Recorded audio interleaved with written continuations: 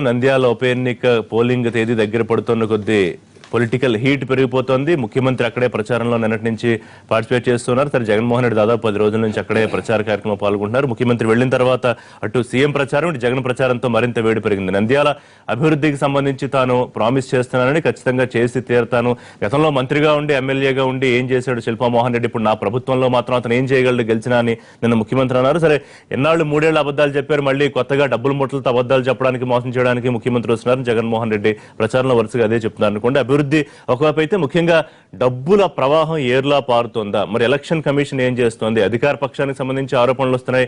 వార్డుల వారీగా ఇంటికి 2,000, 3,000, 5,000 వారీగా పంచుతున్నారని వైసీపీ నేతలు అయితే కొంతమందిని అరెస్ట్ కూడా చేశారు. దాదాపు 43 లక్షలు సీజ్ చేశారు. మరి ఈ స్థాయిలో ధన ప్రవాహం జరుగుతుంటే ఈసీ ఏం చేస్తోంది? మరోవైపు ఈసీ మీద ఇటు అధికార పక్షం ఫిర్యాదులు చేస్తోంది. ఫిర్యాదు చేయడానికి ఢిల్లీలో సిద్ధమైంది. ముఖ్యమంత్రి భద్రతా వాహనంపై ప్యాంట్రీ కార్ తాళాలు పగలగొట్టడంపై సీరియస్ అయ్యారు.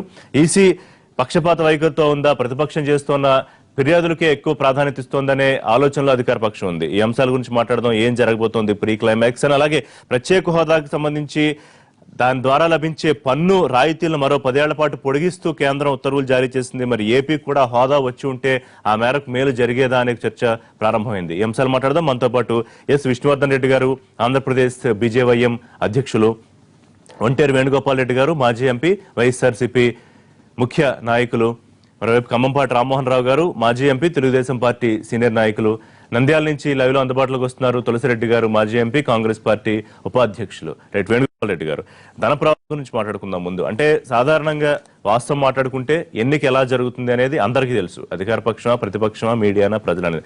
కానీ ఈసారి అది మరింత విస్తృతంగా, విశృంఖలంగా ఉందా? వార్డుల వారీగా పనిచేసుకుని మనుషుల్ని పెట్టి డబ్బులు పంపిస్తున్న పరిస్థితి ఉందా లేదా? ఒక్కటే ఇక్కడ ఈ నంద్యాల ఎన్నిక 2 పార్టీలు కూడా జీవన్మరణ సమస్య అయిపోయింది. ఇది వచ్చే జనరల్ ఎలక్షన్స్ కి ఇది ఒక దిక్సూచిలాగా తయారైనటువంటి పరిస్థితుల్లో ఈ రోజు ఈ వాతావరణం ఇంత వేడెక్కేదానికి కారణమైంది. ఇంకా డబ్బుల ప్రవాహం అంటావా, తప్పకుండా ఇది దీంట్లో ఉంటుందని మాత్రం నేను అనుకుంటున్నా. ఎందుకంటే ఉంటుందా, ఆల్రెడీ ఉంది ఇప్పటికంటే. ఇంతకు ముందు పోలింగ్ తేదీ ముందు మాత్రమే పంచాలి, పోలింగ్ తేదీ ముందు పంచాలనే నియమం ఏదో ఉండేది. ఇప్పుడు అలా కాదు, నామినేషన్ వచ్చినప్పటి నుంచి పంచడం కార్యక్రమం ప్రారంభించారు. పంచాలనే నియమం ఎక్కడ లేదు, కానీ బట్ అది రాజకీయ పార్టీలన్నీ కూడా జరుగుతున్న పార్టీలు పెట్టుకుని ఎక్కడో ఢిల్లీలో కేజ్రీవాల్ లాంటి పార్టీలు తప్పితే ఈ రోజు అన్ని పార్టీలు కూడా, నో ఎక్సెప్షన్, ఈవెన్ బీజేపీ అందరూ కూడా పంచాల్సిన కార్యక్రమం ఉంది. అయితే ఇక్కడ మీరు ఒకసారి గమనించాలి, చంద్రబాబు నాయుడు గారు నంద్యాలలో ఎలక్షన్ అనౌన్స్ చేయక ముందే వెళ్లారు. ఆ రోజే చెప్పాడు ఆయన, నేను ఓటుకి 5,000 రూపాయలు ఇస్తానని చెప్పినటువంటి చంద్రబాబు నాయుడు ఆ రోజు చెప్పాడు. అది ఈ రోజు 5,000 లేదండి. నేను ఇవ్వగలను, కానీ మీ దగ్గర 5 లక్షలు ఇవ్వచ్చు, నేను తీసుకోవాలా? కాదండి, ఇవ్వగలను అంటే ఒక మార్గం చూపిస్తున్నాడు, ఇస్తామన్నాడు. ఈ రోజు 5,000 కాదు, వాళ్ళు 10,000 కూడా ఇస్తున్నట్టు మాట వాస్తవం. అక్కడ ఓటుకి ఈ రోజు ఏదైనా సరే, ఏ విధంగా అయినా సరే ఈ రోజు నంద్యాల గెలిచి తీరాలని చెప్పి మాత్రం ఉన్న పట్టుదలతోటి ఈరోజు అధికార పార్టీ వాళ్ళు చేస్తున్నారు. ఇంకోటి మీరు చెప్పచ్చు, ఇప్పుడు 40 లక్షలు 50 లక్షలు ప్రతి వైఎస్ఆర్సీపీలో పట్టినారు. ఈ రోజు అధికారం వాళ్ళ చేతిలో ఉంది, పోలీసు యంత్రాంగం వాళ్ళ చేతిలో ఉంది. ఈ రోజు అంటే తెలుగుదేశం వాళ్ళు ఎవరు డబ్బులు లేకుండా ఉన్నారు కదా. ఎస్, ఈ రోజు నేను మా రామ్మోహన్ అడుగుతున్నా, ఈ రోజు అక్కడ ఉన్న మంత్రులు ఏం చేస్తున్నారు? మంత్రులు దేనికి వచ్చినారు? మంత్రులు ఓన్లీ డబ్బులు పంచేదానికోసం వచ్చినారు. ఈ రోజు అన్న క్లియర్ గా చెప్తున్నా కదా, మాకు క్లియర్ ఇన్ఫర్మేషన్ ఉంది. కాలువ శ్రీనివాసరావు గారు, బండా సత్యనారాయణమూర్తి గారు వాళ్ళిద్దరికి డ్యూటీ ఇచ్చారు. అది ఓన్లీ కేవలం డబ్బులు పంచేదానికి పరిస్థితి ఉందని చెప్పి గ్యారంటీ ఉంది. అంటే ఏదో రూపంలో, కేబుల్ ఆపరేటర్ల రూపంలో అనుకోండి, లేకపోతే విద్యార్థులను హైర్ చేసుకుని వాళ్ళకి మనిషికి ఎంత ఇచ్చి పంచడం కానీ, అంటే దారుణమైన పరిస్థితుల్లోకి వెళ్లిపోయిందా నంద్యాల ఉప ఎన్నిక? అలాగే మంత్రులు ఉన్న ప్లేసుల్లో ఎందుకు రైడ్లు చేయట్లేదని కూడా ప్రతిపక్షం. ఈ రోజు అదే క్వశ్చన్. అది చెప్తాను ఋషి గారు, తప్పు మీద తప్పు చేస్తా ఉన్నాడు జగన్. నెంబర్ 1, పులివెందులకు న్యాయం, నంద్యాలకు న్యాయమా? అక్కడ నీ తల్లి ఎమ్మెల్యేలు కాబట్టి అభ్యర్థి పెట్టొద్దని అన్నావు. ఇక్కడ తల్లిదండ్రులు కోల్పోయింటే వాళ్ళ మీద అభ్యర్థి పెట్టావు. నెంబర్ 1. నెంబర్ 2, వాళ్ళ ఫ్యామిలీ నుంచి కాకుండా వేరే పార్టీ నుంచి, మా పార్టీ నుంచి తీసుకుని నువ్వు అభ్యర్థి పెట్టావు. నెంబర్ 2. నెంబర్ 3 అంటే రెచ్చగొట్టే విధంగా ప్రసంగాలు ఏ విధంగా చేశారో చూసాం. అంటే ఏ ముఖ్యమంత్రి అయినా, ఎవరైనా ఒక పార్టీ అధ్యక్షుడిగా ఉండి ఇంకో ముఖ్యమంత్రి నరి రోడ్డు మీద కాల్చే పదం వాడతారా? కాదు కాదు, నేను డబ్బులు దాని కూడా ధన ప్రవాహం ఎంత జరుగుతుంటే ఆయన యాటిట్యూడ్ ఏ విధంగా ఉంది, పార్టీ ఏ విధంగా పనిచేస్తుందో చెప్పడానికి వస్తున్నా. అదే విధంగా ఈవేళ 25 మందిని వైఎస్ఆర్సీపీ కార్యకర్తలను పట్టుకున్నారు, శిల్పా మోహన్ రెడ్డి బంధువులు పట్టుకున్నారు, డబ్బులు పంచుతా ఉన్నారు. స్వయాన ముఖ్యమంత్రి వాహనాన్ని ఏదైతే ఫుడ్ వాహనం ఉందో ఆ కంటైనర్ ని పట్టుకుని అందులో డబ్బు ఉంది. ఏమైంది? అందులో ఏముంటది? ఫుడ్ ఉంటుంది. అంటే ఆ మాత్రం కూడా తెలియకుండా ప్రతిపక్ష నాయకుడిగా ఉండి, ఒక పార్టీ అధ్యక్షుడిగా ఉండి ఇన్ని రోజులు అక్కడ తిష్ట వేసి ప్రజాదరణ లేకపోయినా గడప గడప తిరుగుతున్నాడు అని అంటే డెస్పరేట్ గా ఉన్నాడు కాబట్టి వాళ్ళు డబ్బులు విపరీతంగా పంచుతారనేది ప్రజలకు తెలుసు. ఇవాళ ఎక్కడ చూసినా కేసులు పెడతా ఉన్నారు. మీరు ఇంకోటి చెప్పారు, ప్రభుత్వం యంత్రాంగం అనేది వాళ్ళు 30 మంది ఎమ్మెల్యేలు డిప్లాయ్ చేశారు. మా వాళ్ళు ఏంటి అనాథలుగా ఉన్నారు కాబట్టి, పిల్లలు తల్లిదండ్రులు కోల్పోయినారు కాబట్టి వాళ్ళకి మోరల్ సపోర్ట్ గా మా వాళ్ళు అక్కడికి వెళ్ళారు. వాళ్ళు చేస్తున్న దుష్ప్రచారం ఏదైతే ఉందో అభివృద్ధి జరగలేదు అంటున్నారు. ఇంకొకటి కూడా దుష్ప్రచారం చేస్తున్నారు. అభివృద్ధి ఇప్పుడైనా 3 నెలల నుంచి నేను చెప్తా ఉన్నా మీ ద్వారా రాష్ట్ర ప్రజలకు కూడా. స్వయాన భూమా నాగిరెడ్డి బ్రతికున్నప్పుడే ఆయన ఒక డయాస్ మీద 3000 మందిని మహిళల్ని అదేవిధంగా పెన్షన్లను పిలిచి వాళ్ళకి పట్టాలు ఇప్పిస్తూ చీర జాకెట్ పెట్టి భోజనాలు పెట్టి అన్నా నా జన్మ ధన్యమైంది, వీళ్ళందరికీ ఈవేళ ఈ కార్యక్రమం చేశానని ఫోన్ చేశాడు. ఫోన్ చేసినప్పుడు నేను కూడా ఉన్నా. ఆయన అంటే అభివృద్ధి అనేది ఇవాళ కాదు, అదేవిధంగా 13 జిల్లాలో చేస్తున్నాం. ఉదాహరణ మీకు చెప్తా, సోలార్ ప్రపంచంగా ఎక్కడా లేని సోలార్ పార్క్ పెట్టాం. అది ఎంత? 6000 ఎకరాల్లో. డెస్పరేట్ గా ఉన్నాడు కాబట్టి ఆ విధంగా డబ్బులు పంచుతున్నారు వాళ్ళు. రెండవది, ప్రభుత్వం మా చేతులు అంటున్నారు. ఈవేళ డిఎస్పీ ట్రాన్స్ఫర్ చేశారే, ఎప్పుడు కూడా ఎన్నికలు జరిగినప్పుడు ఎన్నికల అధికారి పరిధిలో ఉంటుంది మిషనరీ గానీ ప్రభుత్వ యంత్రాంగం గానీ, ప్రభుత్వానికి ఏం హక్కులు ఉండదు అక్కడ. ఇవాళ మరి ప్రభుత్వం అది ఉంటే డిఎస్పీ ట్రాన్స్ఫర్ ఎందుకు చేశారు? అధికార పక్షం కేవలం అభివృద్ధి పాయింట్ తోనే వెళ్తోందా? ప్రతిపక్షం మాత్రమే కేవలం రెండు చెప్తున్నాం. అక్కడ మీరు అసలు అక్కడ డబ్బులు అనే ప్రస్తావన లేకుండా మా వాళ్ళు డబ్బులు పెంచట్లేదు. ఒకటి, మా దగ్గర డబ్బు కూడా లేదు. మేము ఒకటే అభివృద్ధి శ్రీరామ రక్ష అనుకున్నాము. నిన్న ముఖ్యమంత్రి గారు చెప్పాడు సార్ ఒకటి రెండు మీరు ₹1 పంచట్లేదు, అది ప్రతిపక్షం మాత్రమే డబ్బులతో అన్న చెప్పిన 2 పాయింట్లు చెప్పిన తర్వాత కొంచెం ఒక నిమిషం మళ్ళీ మాట్లాడదాం. వాళ్ళిద్దరు మాట్లాడాక తులసిరెడ్డి గారు అధికార పక్షం దగ్గర రూపాయి లేదు, అధికార పక్షం డబ్బులు పంచట్లేదు, ఇది రామ్మోహన్ రెడ్డి చెప్తోంది. కానీ ప్రతిపక్షం మాత్రం లక్షలు పంచుతూ అరెస్టులు అయ్యారు. ప్రతిపక్షం అరెస్ట్ అవద్దు, గ్యారెంటీ అవద్దు.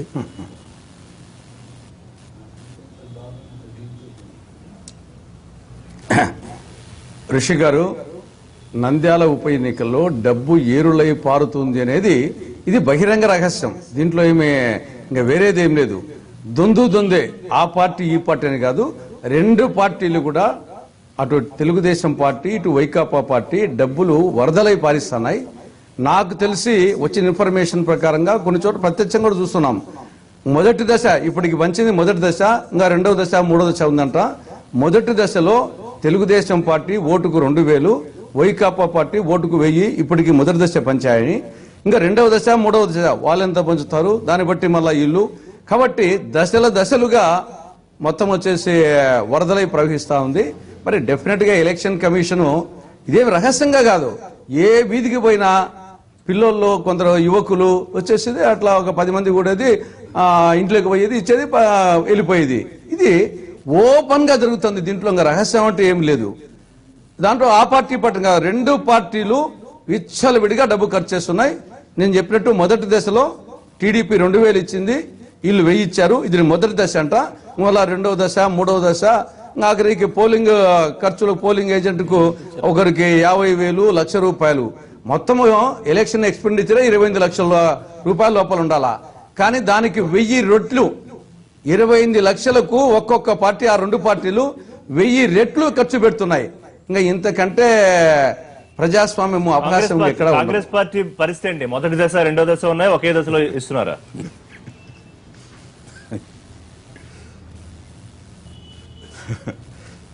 తులసిరెడ్డి గారు అవుతుంది. మీరు ఎవరైనా మీరు విచారించండి. మేము వచ్చేసి డబ్బు డిస్ట్రిబ్యూషన్ చేసినట్టుగా మేము చెప్పడం కాదు, ఎవరైనా విచారించుకోండి.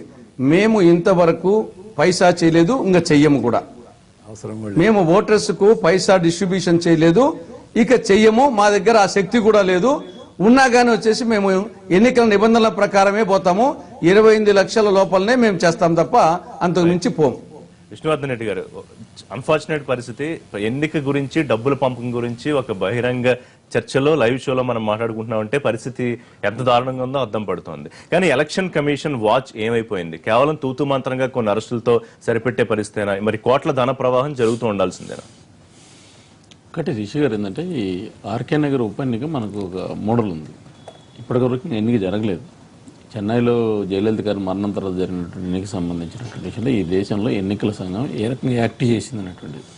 ఇప్పుడు నంద్యాలకు సంబంధించినటువంటి విషయంలో కూడా మరి ఒకవేళ తులసిరెడ్డి అన్న తెలుగుదేశము వైకాపా ఎంత పంచిందనే విషయం చెప్పాడు. ఆ రెండు పార్టీల కంటే చాలా సీనియర్ పార్టీ అయినటువంటి కాంగ్రెస్ పార్టీ ఎంత పంచుతుందో మీరు అడిగితే ప్రశ్నకు సమాధానం చెప్పలేదు. అంటే అదే మరి చెప్పకూడదు అనుకుని చెప్పలేదు ఏమో, అయితే నాకైతే తెలియదు. అయితే ఒకటేంటంటే ఇప్పుడు ప్రధానంగా గల ప్రధాన రాజకీయ పార్టీ అని కూడా వాళ్ళు కూడా చెప్పుకుంటున్నారు. కాంగ్రెస్ పార్టీ కూడా మేము గెలవబోతున్నాం అనేటువంటి విషయం కూడా చెప్తున్నారు. అయితే నేను తులసిరెడ్డి అన్న వేరే ఛానల్ డిస్కషన్ లో తులసిరెడ్డి గారు చెప్పారు మేము గెలవబోతున్నాము నంద్యాల ఎన్నికలు. అంటే దీన్ని బట్టి ఏంటంటే ఈ రోజు ఈ దేశంలో ఉన్నటువంటి ఎన్నికల సంఘం పనిచేస్తుంది, చేయలేదు అనేక ఏం లేదు. అయితే ఇక్కడ ఏంటంటే ఎన్నికల సంఘం ప్రామాణికం ఎట్లా తీసుకుంటుందంటే రిషి కానీ విష్ణు కానీ రామ్మోహన్ రావు గారు కానీ వేణుగోపాల్ రెడ్డి గారు కానీ ఫిర్యాదు చేసేదాని ఆధారంగా నీ దగ్గర ఉన్నటువంటి ఎవిడెన్స్ ఆధారంగా యాక్ట్ చేస్తుంది. ఎట్లా యాక్ట్ అనేటువంటిది ఎన్ని సంఘాల పరిధిలో అంటే మన ఎన్నికల సంఘాన్ని తప్పులు పట్టేయలేదు.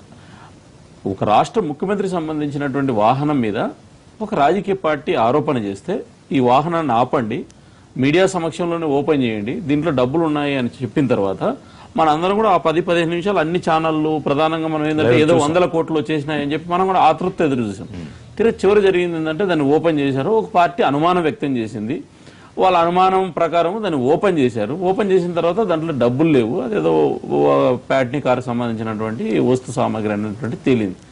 అంటే ఇప్పుడు మా తులసిరెడ్డి అన్న చెప్పినటువంటి దాన్ని మనం ఫిక్స్ చేసుకుంటే వారు చెప్పిన దాంట్లో మనం ఒక ఏకీభవించే అంశం ఏంటంటే ఎన్నికల సంఘం నిబంధనల మేరకు 28 లక్షల లోపల అక్కడ ఎన్నికలు జరుగుతున్నాయంటే ఒకవేళ జరుగుతున్నాయంటే ప్రజలు మనల్ని ఈరోజు తెలుగు రాష్ట్రాల్లో ఒక ప్రధానమైనటువంటి ఎన్టీవీల చర్చలో మనం నిజంగా ఆ మాట ఎన్నికలు జరుగుతున్నాయంటే ప్రజలు డైరెక్ట్ గా నవ్వుకోవడము ఇండైరెక్ట్ నవ్వుకోవడం అంటే ఇంకొక భాష ఏదైనా ఉంటే దాంతో కూడా నవ్వుకుంటారు. ఎందుకంటే ఒక ఎన్నిక శాసనసభ్యుడికి సంబంధించినటువంటిది. ఎన్నికల నిబంధనల ప్రకారము ఒక రాజకీయ పార్టీకి సంబంధించినటువంటి అధ్యక్షులు చంద్రబాబు నాయుడు గారు కావచ్చు, జగన్మోహన్ రెడ్డి గారు కావచ్చు వెళ్ళొచ్చు, వాళ్ళ పార్టీ శ్రేణులకు దిశ నిర్దేశం ఇవ్వచ్చు. లేదా ఒకవేళ తులసిరెడ్డి గారు ఆయన పార్టీ ఒక రాష్ట్ర ఉపాధ్యక్షుడు లేదా రవిరెడ్డి గారు ఆ పార్టీ పిసిసి అధ్యక్షుడు అక్కడ వెళ్ళొచ్చు. ఇప్పుడు తులసిరెడ్డి గారు 15 రోజుల నుంచి నాకు రోజు లైవ్ లో అక్కడి నుంచి మాట్లాడుతున్నారు.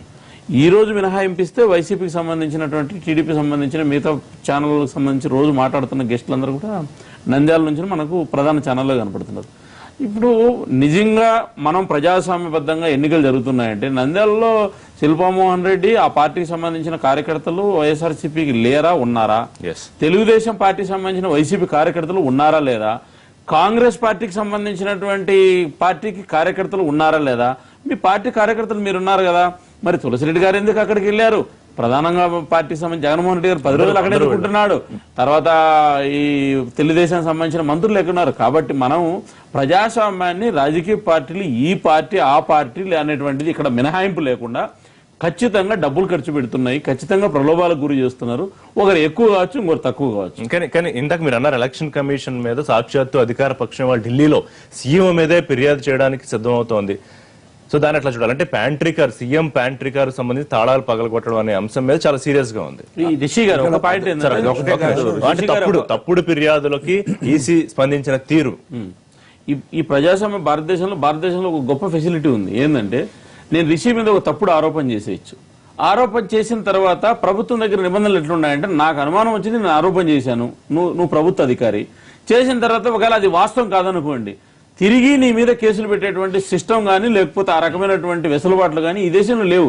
కాబట్టి ప్రతిరోజు అనేక సందర్భాల్లో 100,000 లక్షల కోట్లు మనం బట్ట కాల్చి మొహాన్ వేస్తే నువ్వు కడుక్కో అది రాజకీయ పార్టీ కావచ్చు, వ్యక్తి కావచ్చు, లేకపోతే అధికారి కావచ్చు, ఎవరైనా కావచ్చు. అదే చేస్తారా? కాబట్టి రామ్మోహన్ రావు గారు, మీరు అదే ఒకవేళ చేస్తారా? నిష్పక్షపాతంగా పనిచేసేటువంటి అధికారులు ఉన్నా కూడా వాళ్ళని ఈ వ్యవస్థలో మనం పని చేయనియట్లేదు. మీరు నాయకుల మీద అక్కడ ఎవరైతే వేళ హడావుడి చేశారో, ఒక నిమిషం, మళ్ళీ అడ్వాన్స్ కంట్రీస్ కానీ మనం పోతే, అడ్వాన్స్ కంట్రీస్ పోతే నువ్వు అమెరికాలో ఫిర్యాదు ఆధారరహితంగా చేసినావంటే మళ్ళీ reverse తప్పుగా ఫిర్యాదు చేసిన వ్యక్తిని తీసుకుని లోపల పెడతారు. కాదు, ఇప్పుడు నేతల మీద ఫిర్యాదు చేశారు, మరి అధికారుల మీద ఫిర్యాదు చేయడం అంటే వ్యవస్థ మీద నమ్మకం లేదా? కాదు అదే చెప్పబోతున్నారు ఋషి గారు.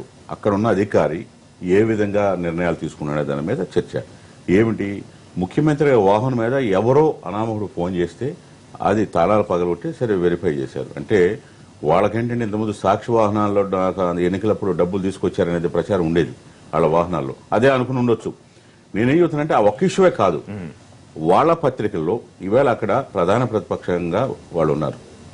మిగతా ఛానల్స్ అన్నీ ఉన్నాయి కదా. మేము ఒకటే చెబుతున్నాం, మీ సాక్షి పత్రికలో లేదా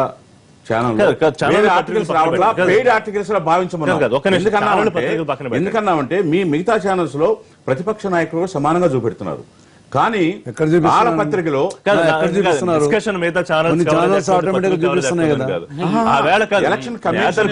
నేతలు ఫిర్యాదు చేశారు, వాళ్ళ మీద యాక్షన్ తీసుకోవడం ఒకటి. రెండోది, అసలు ఎలక్షన్ కమిషన్ సీఈఓ మీదే కంప్లైంట్ చేస్తూ ఉంటే అక్కడ నడిపించాల్సిన ఎలక్షన్ కమిషన్ మీదే నమ్మకం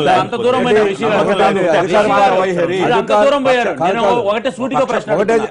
ఎందుకు అంతమంది నాయకులు వేరే ప్రాంతాలకు సంబంధించినటువంటి రాష్ట్ర స్థాయి నాయకులు కావచ్చు, జాతీయ స్థాయి నాయకులు కావచ్చు, లేకపోతే అధికారంలో ఉన్న వాళ్ళు, ప్రతిపక్షంలో ఉన్న వాళ్ళు, ఎమ్మెల్యేలు కావచ్చు, ఎందుకున్నారు? తులసిరెడ్డి అన్నాక నేను స్ట్రైట్ గా క్వశ్చన్ అడుగుతాను. ఇన్ని విషయాలు చెప్పాడు. తెలుగుదేశం డబ్బులు పంచుతుంది, వైఎస్ఆర్సీపీ డబ్బులు పంచుతుంది. తులసిరెడ్డి అన్న కార్యకర్త కాదు, ఒక రాష్ట్ర నాయకుడు, మాజీ పార్లమెంట్ సభ్యుడు, ఒక ప్రముఖ నాయకుడు ఈ రాష్ట్రంలో. తులసిరెడ్డి అన్న ఎందుకు 10 రోజులు ఉన్నాడు అక్కడ అంటే దీన్ని బట్టి ఏంటంటే ఎవరికి చేత అయితే వాళ్ళు ప్రలోభాలు చెప్పడం అనేటువంటిది. మిగతా రాజకీయ పార్టీలు మాత్రం అన్ని చెడ్డవి, మా పార్టీ మాత్రం మంచివని చెప్పుకోవడం అనేటువంటిది. చెప్పేదానికి చేసేదానికి ఏదైనా ఒక రాజకీయ పార్టీ వాస్తవానికి దగ్గర మనం మాట్లాడచ్చు, లేకపోతే ప్రజలు నవ్వుకుంటారు. ఒకటి 2-3 ఆరోపణలు అయితేనేమి, లేకపోతే దాని మీద కొంత వివరణ రామ్మోహన్ ఇచ్చాడు. ఒకటండి, ఇక్కడ విష్ణు గారు చెప్పినా ఇంకోటి చెప్పినా, ఒక వెహికల్ మీద అనుమానం వచ్చింది, కంప్లైంట్ చేయడం మామూలు. గతంలో కూడా హడావడి కాదు, హడావడి ఎందుకు వచ్చింది? దాన్ని ఆపిన తర్వాత ఈసీ వాళ్ళు ఆపిన తర్వాత 2 hours కనీసం డ్రైవర్ దానికి రిప్లై ఇవ్వాలి. దాంట్లో ఉన్న కీ లేదంటాడు. ఎప్పుడైతే ఆ యొక్క డ్రైవర్ పరివర్తన మీద డౌట్ వచ్చింది అందరికి. సో దీంట్లో ఏదో ఉంది, అనుమానం లేదండి. సీఎం ప్యాంట్రీ వెహికల్ ఎవరు పడితే వాళ్ళు రోడ్డు మధ్యలో తాళాలు తీయడం కుదురుతుందా? తెలీదా? మీరు ఎంపీగా చేశారు. కీస్ లేకుండా వెళ్ళిపోతుందా, లేకపోతే ప్యాంట్రీలో మనుషులు లేకుండా వెళ్ళిపోతారా? ప్యాంట్రీ కార్ లోపల చూస్తే ఏముంది? అనుమానం వచ్చినప్పుడు దేని మీద కంప్లైంట్ చేసే హక్కు ఉంది. ఈ ఎన్నికల టైంలో అన్ని రకాల, ఇప్పుడు అధికార పార్టీ అన్ని రకాలు చేస్తుంది కాబట్టి ప్రతి ఒక్కటి డౌట్ వస్తుందండి. డౌట్ వచ్చినప్పుడు ప్రధాన పలానా వార్డులో డబ్బులు పంచుతుందని చెప్పి రకరకాల కంప్లైంట్ చేస్తుంటారు. వచ్చి వెంటనే పోలీసు చెక్ చేస్తారు. ఒకసారి దొరుకుతుంది, ఒకసారి దొరకపోవచ్చు. అది తప్పండి. ఇప్పుడు అధికార పక్షం ఫిర్యాదు లేకపోతే వాళ్ళ ఆరోపణ ఏంటంటే విపక్షం ఏ ఫిర్యాదు చేసినా వెంటనే రెస్పాండ్ అవుతుంది. That is up to the EC. So ఏదో ఒకటి లేనిది ఈ రోజు ఈసీని కూడా మీరు తప్పడుతున్నారు. అంటే ఈసీని కూడా మీరు కమెంట్ చేయడం ప్రయత్నం చేస్తున్నారు. నేను చెప్పేది అలాంటి డిఎస్పీలు 100 మంది ఉన్నారండి ఇప్పుడు అక్కడ ప్రభుత్వాన్ని పనిచేసేవాళ్ళు. సో ఇది ఒకటి ఉందండి. రెండోది ఏం చెప్పారు? భూమా నాగిరెడ్డి గురించి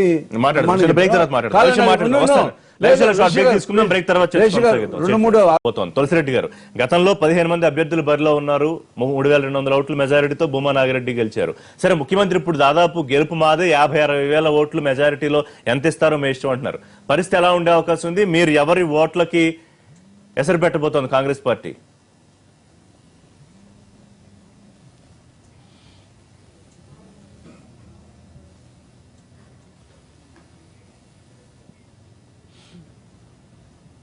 ఒకరి ఎసురికి మా ఓట్లు అవి. నంద్యాల తీసుకుంటే ఇంతవరకు 16 సార్లు అసెంబ్లీ ఎన్నికలు జరిగితే 10 సార్లు కాంగ్రెస్ గెలిచింది, 3 సార్లు తెలుగుదేశం గెలిచింది, ఒక్కసారి వైకాపా, 2 సార్లు ఇండిపెండెంట్. కాబట్టి అది మా సీటు. నంద్యాల వచ్చేసి కాంగ్రెస్ కంచుకోట. 2004లో మేమే గెలిచాం, 2009లో మేమే గెలిచాం, 1983లో ఎన్టీ రామారావు ప్రభంజనంలో కాంగ్రెస్ గెలిచింది, 89లో కాంగ్రెస్ గెలిచింది.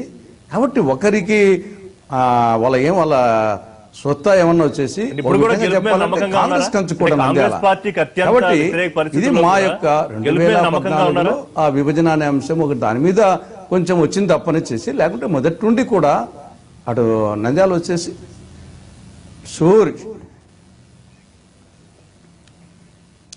ఇప్పుడు మాకు అపూర్వమైన, నేను వచ్చేసి మీరు విష్ణువు చెప్పినట్టు ఒక 20 డేస్గా నేను ఇక్కడే ఉన్నది వాస్తవం. ఇప్పుడు ఆయన ఎందుకున్నాడు హైదరాబాద్లో? ఆయన కదిరిలో ఉండాలి యాక్చువల్గా, నాయకుడు కాబట్టి హైదరాబాద్లో ఉన్నాడు. కాబట్టి నాయకులు వచ్చేసేసి ఎన్నికల్లో కానీ టీవీ చర్చల్లో కానీ ఇంకోటి కానీ ఉంటారు వచ్చేసేసి.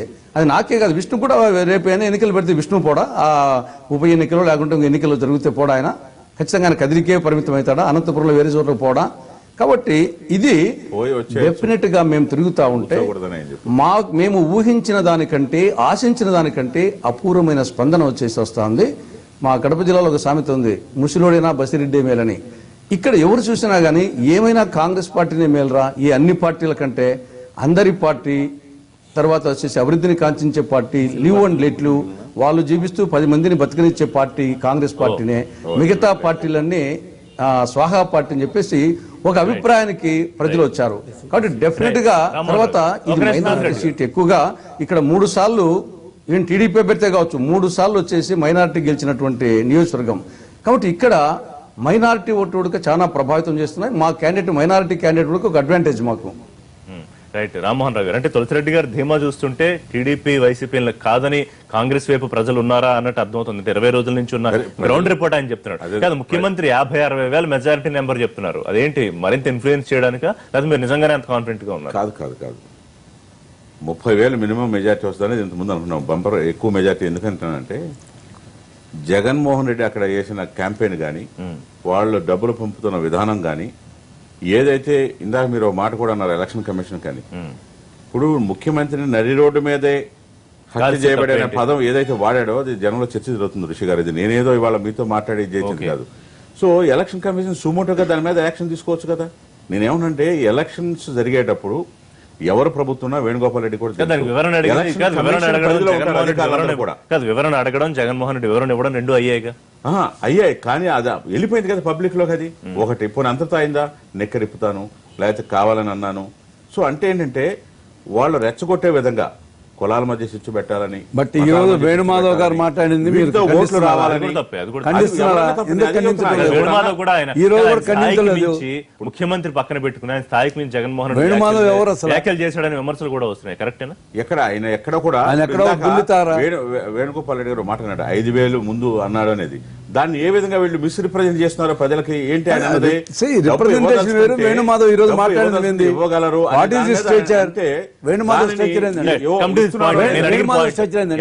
ఇప్పుడు కాంగ్రెస్ పార్టీ పోటీలో ఉండడం వల్ల అది ఎవరికి లాభం? మీకు లాభమా, వైసీపీకి నష్టమా, లేకపోతే మీకు నష్టమా? అంటే ఆయనేమో మా ఓట్లు మాకున్నాయి, మా అభ్యర్థి అత్యంత బలంగా ఉన్నాడు ఆయన చెప్పి. మేము ఒకటే రిషి గారు, మేము మళ్ళీ ఇదే స్టూడియోలో మళ్ళీ చర్చ చేద్దాం. మేము అభివృద్ధిని నమ్మాం.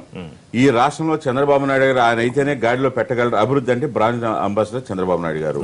2014 ఎన్నికల్లో కూడా జగన్ చంద్రబాబు బేరీజ్ వేసుకుని చంద్రబాబు నాయుడు గారికి ఓట్లు వేశారు. అదే అంతకన్నా ఈ 3 సంవత్సరాల్లో అభివృద్ధి ఏం చేసామో కూడా ప్రజలకు చూపించాము. కాబట్టి అదే శ్రీరామ రక్షగా ప్రజలకు వెళ్తున్నాము. ప్రజలు ఆల్రెడీ డిసైడెడ్. కానీ ఒక మాట అన్నారు నేను, ముఖ్యమంత్రి నా ప్రభుత్వంలో ఇప్పుడు గెలిచి శిల్పామోహన్ రెడ్డి ఏం చేస్తాడు అన్నారు. అంటే దాని అర్థం ఏంటంటే ప్రతిపక్ష నేత కాదు. దాని భావం ఏంటంటే ప్రభుత్వంలో ఉన్న శాసనసభ్యుడు అయితే ఇంకా అభివృద్ధికి ఎక్కువ వేగవంతం చేయడానికి అవకాశం ఎక్కువ ఉంటుందనే దాని మీద. అంటే ఎప్పుడు కూడా అప్రోచ్ కానీ, ఇప్పుడు శాసనసభ్యుడు ప్రభుత్వం ఉన్న వాళ్ళకి, ఇప్పుడు విష్ణు ఉన్నాడు బీజేపీలో మిగతా ఎంపీలకి బీజేపీ ఎంపీలకి డిఫరెన్స్ ఉండదా? ఎందుకంటే వాళ్ళ పార్టీలో ఉండి ప్రభుత్వ పరంగా అధికారులు కానీ యంత్రాంగం కొంచెం త్వరితగతిగా కదులుతుంది. మనం ఒప్పుకున్నా ఒప్పుకోకపోయినా అది ఫ్యాక్ట్. అది అయితే ఒక్క ప్రతిపక్ష నాయకుడు వెళ్ళి ఇప్పుడుండి కూడా ప్రతిపక్ష నాయకుడుగా ఆయన వైఫల్యం చెందాడు కాబట్టి ఎక్కడ అభివృద్ధి ఉంటే అక్కడ అడ్డుపడుతున్నాడు. ఇంకొక అంశం,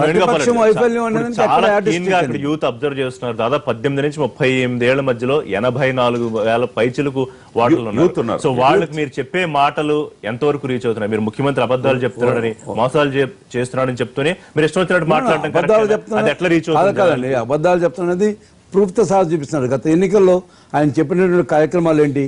ఆయన చెప్పినటువంటి ఎన్నో వాగ్దానాలు ఉన్నాయి. ఆ వాగ్దానాన్ని కూడా చేయటం లేదని అబద్ధాలు చెప్పాడని చెప్పడంలో తప్పులే. హరిశ్చంద్రుడికి చంద్రబాబు నాయుడుకి పోలిక చేస్తూ కూడా నేను చెప్పాను. డెఫినెట్ గా ఎప్పుడు నేను చెప్పిన వ్యక్తి చంద్రబాబు నాయుడు. గతంలో వాడికి ఉన్నటువంటి ఎలక్షన్ మేనిఫెస్టోలో చూపించినటువంటి ఐటమ్స్ లో ఇదిగో ఇది చేయలేదు చెప్పి చూపిస్తున్నాడు. ఒక్క పాయింట్ వైజ్ చెప్తున్నాడు. కాబట్టి ఇన్ని అబద్ధాలు చెప్పాడు చంద్రబాబు నాయుడు ఓడించడం చెప్పడంలో తప్పులేదు. నెంబర్ 1. నెంబర్ 2, అన్నా చెప్తున్నాడు 50,000, 60,000, 30,000 అని చెప్తున్నారు. ఈ ఎన్నిక ప్రారంభం ఈ ఎన్నిక మొట్టమొదటిలోనే వదిలేశారు. కాకపోతే ఏంటంటే ఏదో చూపిస్తున్నారు ప్రజలకి. ద డే 1 ఎప్పుడైతే నామినేషన్ శిల్పామోహన్ రెడ్డి గారి నామినేషన్ ని ఏదో విధంగా వదిలేయడం అంటే డిస్క్వాలిఫై చేయాలా. సో అతన్ని శిల్పామోహన్ రెడ్డి గారి నామినేషన్ చిన్న ఏది అడ్వకేట్ కి అది ఎవరన్నారు చంద్రబాబు నాయుడు గారు వాళ్ళ మీటింగ్ లో చెప్పుకుంటున్నారు. చంద్రబాబు నాయుడు గారు చెప్పేది అదే. ఆయన చెప్పేదంతా ఇది ఒక కుక్కను చూపించేది పంది అని చెప్తాడు. అదే అతనుకున్నటువంటి ఆర్ట్ అది. ఆ విధంగా చెప్పించగల శక్తి ఉంది దానికి. ఇంకోటి ఈ రోజు చంద్రబాబు నాయుడు గారు కానివ్వండి, ప్రభుత్వం కానీ, తెలుగుదేశం ప్రభుత్వం కానీ ఈ రోజు నంద్యాలను ఎప్పుడో వదిలేశారండి. వాళ్ళు ఎన్నిక ఓడిపోతామని తెలుసు వాళ్ళకి. దానికి కారణాలు నేను చెప్తాను. ఒకటి, నెంబర్ 1, శిల్పామోహన్ రెడ్డి గారి నామినేషన్ ని డిస్క్వాలిఫై చేయించి ఒక నోటరీ కరెక్ట్ కాదని చెప్పి చేయించడంలో నెంబర్ 1. ఆ రోజే దే గాట్ డిఫీటెడ్. నెంబర్ 2, ఇప్పుడు ఎప్పుడైతే లోకేష్ బాబుని అక్కడ రానికుండా చేస్తున్నారో ఆ రోజు ఎప్పుడైతే లోకేష్ బాబు వస్తే అక్కడ క్రెడిబిలిటీ పోద్ది, ఓడిపోతే అని ఈ రోజు లోకేష్ బాబుని మీద నంద్యాలకి రానికుండా పోవడం అనేది నెంబర్ 2.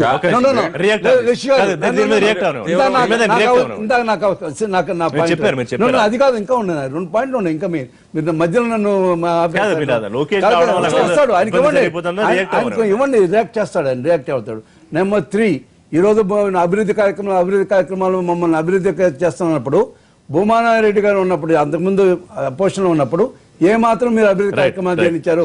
అక్కడ మున్సిపల్ చైర్మన్ అనేక సార్లు పోయి చంద్రబాబు నాయుడు గారిని రోడ్ వైడనింగ్ గురించి మా దగ్గర లేదు, అమరావతి కట్టేదాకా డబ్బులు లేవు, కాబట్టి మీరు ఏదో రకంగా మీరే డెవలప్ చేసుకోవాలని చెప్పినటువంటి కేసులు ఉన్నటువంటి పరిస్థితి ఉంది.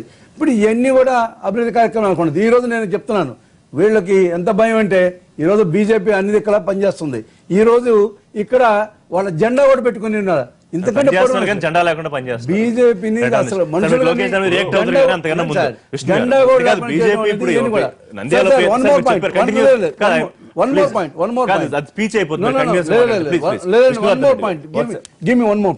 సుజనా చౌదరి గారు నిన్న ఏం చెప్పారు? రెఫరెండం కాదు రెఫరెండం కాదంటే ఇది ఓడిపోయినట్లు లెక్కేసుకోండి. నంద్యాల బీజేపీ పనిచేయట్లేదా? పనిచేస్తే జెండాతో పనిచేస్తుందా, జెండా లేకుండా పనిచేస్తుందా నంద్యాల ఉప ఎన్నికలు? బీజేపీకి ఒక అజెండా ఉంది. భారతీయ జనతా పార్టీ ఈ దేశంలో తెలుగుదేశం లాంటి పార్టీలు మొత్తం 49 ఉన్నాయి. ఎన్నికల ముందు మేము 29 రాజకీయ పార్టీలతో ఈ దేశంలో ఎన్డీఏ ఉంది. So any party is equal to Telugu Desam? ఒక్క నిమిషం, ఎన్నికలు any party is equal to Telugu Desam BJP దృష్టిలో? ఒక్క నిమిషం తీసి 29 పార్టీలతో మేము ఈ దేశంలో ఎన్డీఏ అధికారంలోకి వచ్చినాం. ఈ రోజుకు 49 పార్టీలతో అధికారంలో ఉన్నాం. అంటే 20 పార్టీలు. మా తులసిరెడ్డి అన్న కరెక్ట్ విషయం చెప్పాడు. ఏంటంటే ముసలివాడైనా బసిరెడ్డి మేలని రాయలసీమలో భాష ఏదైతే ఉందో ఆ పార్టీ ముసలి పార్టీ అయిపోయింది. దానికి మీరు కాంగ్రెస్ ని వదిలేండి, కాంగ్రెస్ గురించి బీజేపీ పనిచేస్తుందా? కండువా వేసుకున్నా కండువా వేయకుండా దేశంలో 50 పార్టీలతోనూ తెలుగుదేశం పార్టీ సమానమేనా బీజేపీ దృష్టిలో? ఒకటి రిషి, మీరు ఒక విషయం నాకు రెండింటికి సమాధానం చెప్పండి. నెక్స్ట్ నేను ఒక విషయం అంటాను. భారతీయ జనతా పార్టీకి ఇప్పుడు జనసంఘ పార్టీ కూడా 1925లో స్థాపించింది. అన్నా ఒక్క నిమిషం అనుకుంటే మీది కూడా ముస్లిం పార్టీ. నాకు 2 ప్రశ్నలకి ఇక్కడ సమాధానం రావాలి ప్లీజ్. తులసిరెడ్డి గారు ఒక్క నిమిషం అన్న. మా పార్టీ కూడా ముస్లిం పార్టీ, యువ నాయకత్వం ఉంది. మీ పార్టీ ప్రాబ్లం ఏంటంటే ఒకవేళ మీది కూడా పార్టీ ముస్లింగా వయసుదా అంటే కూడా మీ నాయకత్వం అంతా కూడా 90+ లో ఉన్నారు. అది ప్రాబ్లం అంతే. నంద్యాల ఉప ఎన్నికలకు సంబంధించిన విషయంలో తెలుగుదేశం పార్టీ అధికారికంగా మా అవసరాన్ని కావాలని వాళ్ళు అడిగింది. మేము వచ్చి 2009 వరకు మేమే అధికారంలో తెలుగుదేశం పార్టీ నంద్యాల ఉప ఎన్నికలకు సంబంధించి మాతో మాట్లాడే 2004లో మేము గెలిచాం, 2009లో గెలిచాం. మా అభ్యర్థిని పెట్టద్దు. ముఖ్యమంత్రి చాలా స్పష్టంగా బీజేపీ సహకారం అడిగారు. కానీ కండువాలు లేకుండా బీజేపీ నంద్యాల ఉప ఎన్నికలో పనిచేయమని అడిగిన మాట వాస్తవం. ఒక్క నిమిషం. తెలుగుదేశం పార్టీ ఈ దేశంలో 13 జిల్లాలకు సంబంధించినటువంటి ఒక పార్టీకి ముఖ్యమంత్రి. స్ట్రైట్ పాయింట్కి రా విష్ణు. భారతీయ జనతా పార్టీ నేను ఇప్పుడు చెప్పినట్లు 18 రాష్ట్రాల్లో మాకు చంద్రబాబు నాయుడు లాంటి ముఖ్యమంత్రులు మా పార్టీలో కానీ మా మిత్రపక్షాలు కానీ ఉన్నారు. అయితే ఇక్కడ నంద్యాల ఎన్నికల వరకు మీరు తెలుగుదేశం బీజేపీ గురించి పర్టికులర్ అడిగిన ప్రశ్న నేను సమాధానం చెప్పేది ఏంటంటే, తెలుగుదేశం పార్టీ నంద్యాలకు సంబంధించినటువంటి విషయంలో ఆ పార్టీకి సంబంధించి బీజేపీ జిల్లా నాయకత్వం మేము కంటెస్ట్ చేయాలనుకున్నాం. తెలుగుదేశం నాయకత్వం ఏంటంటే ఈ ఎన్నికల్లో మేము టీడీపీ తరఫున పోటీ చేస్తున్నాము, మీరు అభ్యర్థిని పెట్టొద్దని చెప్పడం జరిగింది. చెప్పిన తర్వాత మా పార్టీ అభ్యర్థి లేరు అక్కడ. ఎన్నికల సంబంధించిన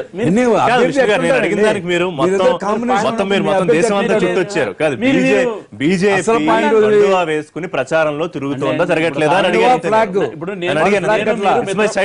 నేను మీరు మిత్రపక్షం అండి, నేను మీరు మిత్రపక్షం మిత్రపక్షం అనేది ఎట్లుంటుంది? ఇప్పుడు కాకినాడలో ఎన్నికలు జరుగుతున్నాయి, బీజేపీ 9 వార్డుల్లో పోటీ చేస్తుంది.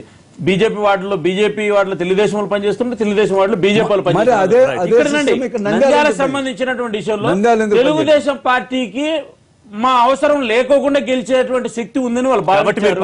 కాబట్టి మా అవసరం ఏముంది? పిలవకపోయినా మేము పోయి పనిచేయాల్సిన అవసరం ఉంది. ధర్మాన్ని వాటికి అభ్యర్థులు పెట్టద్దన్నారు, పెట్టలేదు. ఎన్నికల్లో పని చేయాలని మమ్మల్ని అడిగింటే మా జెండా పెట్టాలా, మా అజెండా పెట్టాలా మేము నిర్ణయించుకున్నాము. అడగలేదు, మాకు అవసరం లేదు. మీ జెండా అయితే పెట్టాలి. ఎవరు చెప్పారా మాట? చంద్రబాబు నాయుడు గారు జెండా పెట్టుకుని ఎన్నికల్లో పనిచేయలేదా? చంద్రబాబు నాయుడు గారు కాకినాడలో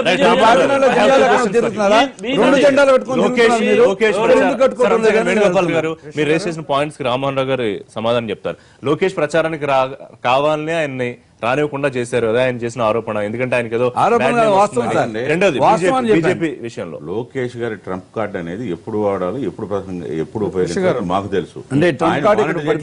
కాదు ఆయన మానిటర్ చేయట్లేదు, ఆయనకి ఏం తెలియదు అని ఉంటే వేణుగోపాల్ రెడ్డి గారికి అంతకనే ఎవరెవరు వెళ్ళాలి, ఎవరు ఎప్పుడు వెళ్ళాలి అనేది ప్రచారంలో ఆయన నిర్ణయాలు తీసుకుంటాం జరుగుతుంది పార్టీ పరంగా. ఒకటి. రెండు, బీజేపీ కూడా అంత రాద్ధాంతం అక్కర్లా, ఎమ్మెల్సీ తిరుగుతా ఉన్నాడు అక్కడ. ఇప్పుడు మీ జెండా ఏదండి? అదే అంటే మీరు చేస్తాను. ఇప్పుడు వాళ్ళ నాయకులాగా నరేంద్ర మోడీని కలిసి బయటకు వచ్చి బీజేపీ బాగా చేస్తుంది, ఎవరైతే మైనార్టీస్ ఓట్లు వేయించుకుని వాళ్ళకి వెన్నుపోటు పొడిచారో వాళ్ళగా మేము మాట్లాడలా. ఈ రోజు మీరు కాకినాడలో జెండా 2 జెండాలు కట్టుకుని తిరుగుతున్నారు కదా, ఇక్కడ 2 జెండాలు ఎందుకు కట్టుకోలేదు? కేంద్ర మంత్రి అభివృద్ధి గురించి కూడా మాట్లాడారు. అదే చెప్తున్నా, అభివృద్ధి కాదు రెఫరెండం కాదని కేంద్ర మంత్రి సుజనా ఒక మాట అన్నారు. ఒకవేళ రెఫరెండం కాకపోతే 3 ఏళ్ల అభివృద్ధి చూసి ఓటేయమని ఎందుకు అడుగుతున్నారు? సింపుల్ జనరల్ ఎలక్షన్ ఇది ఒక ఇప్పుడు మొత్తంలో 4000 అసెంబ్లీలు ఉన్నాయి. ఒక అసెంబ్లీ ఎలక్షన్ జరుగుతుంది, దాన్ని తీసుకొచ్చి రాష్ట్రం అంతా రుద్దేసి ఇది చేయకూడదనేది ఆయన భావంతో చెప్పాడు. అయితే వేణుగోపాల్ రెడ్డి గారు అభివృద్ధి గురించి మాట్లాడుతూ ఆయన ఇండస్ట్రియలిస్టు, సోలార్ ప్రపంచంలో ఎక్కడా లేని సోలార్ పార్క్ వస్తుంది, 6000 ఎకరాలు 7000 కోట్లు పెట్టుబడి, అదేవిధంగా 1000 మెగావాటు, అది ఇవాళ 3 నెలలు ప్రారంభం అవుతుందండి. ఎక్కడి నుంచి ప్లాన్ చేస్తే రాయలసీమకి 3000 కోట్లు రైతులకి రుణమాఫీ. నంద్యాలకు ఏం చేశారు చెప్పండి? నంద్యాల 3 సంవత్సరాలు ఏం చేశారు, ఇప్పుడు చేస్తున్నారు. ఎవరైతే లబ్ధి పొందారో వాళ్ళందరూ కూడా రేపు చేస్తారు. అదే నేను చెప్తున్నాను. రెఫరెండం గా చూడాల్సిన అవసరం ఉందా లేదా? గవర్నమెంట్ 3 ఏళ్ల ప్రోగ్రెస్ కి రెఫరెండం గా చూడాలా, లేకపోతే నంద్యాల మాత్రమే ప్రత్యేకంగా చూడాలా? రిషి గారు రిషి గారు